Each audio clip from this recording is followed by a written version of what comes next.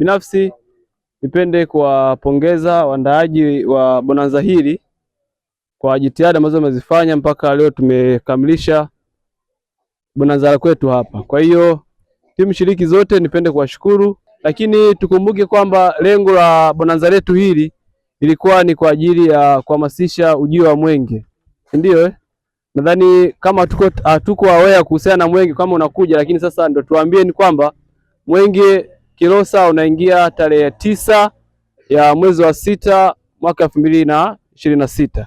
Kwa lengo la bonanza hii ni kuwajulisheni nyewe wananchi, lakini na watu wote wachezaji pia ambao mko hapa kwamba tunakaribia kupokea mwenge siku ya tarehe 9 ya mwezi wa 6. Kwa hiyo mwenge huo umekuja na kauli mbiu ya Tanzania ni yetu sote, tushikamane kwa pamoja kuleta maendeleo. Kwa hiyo katika kuleta maendeleo hatuwezi kuacha vipaji, hatuwezi kuacha michezo, si ndio? Tunaamini michezo ni sehemu yetu ya kutuletea sisi maendeleo. Lakini sambamba na hilo ikaja na ujumbe mkuu ambao unasema amani, umoja na mshikamano wa kitaifa, kimaanisha kwamba tunahitaji kuwa na amani ili tuendelee kuwa na mshikamano wa nini? Wa kitaifa.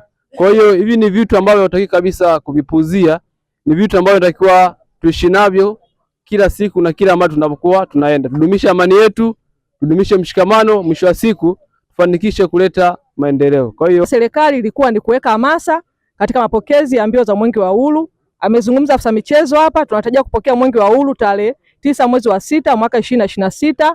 Lakini katika kata yetu ya Ludewa ndani ya tarafa ya Kimamba tuna mradi pale ambao Mwenge wa Uhuru utaweka jiwe la msingi katika huo mradi.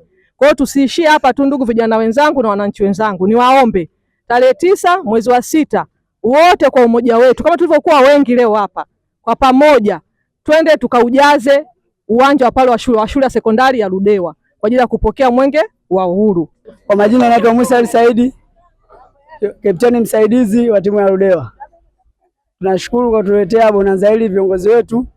Tunashukuru kwa kutuletea zaidi hamasa zaidi kwa kuinua kipaji na vipaji viendelee kuinuliwa. Tunashukuru sana uongozi. Naitwa Musa Silvester. Tunashukuru kwa kutuanzishia na hili bonanza hili kwa ajili ya mahususi kwa niaba ya naliu ya Mwenge. Tunashukuru viongozi, ila tunaomba ikiwezekana mwakani sisi tuwa wenyeji kule nyumbani. Kwa hiyo tunawashukuru viongozi kwa bonanza hili.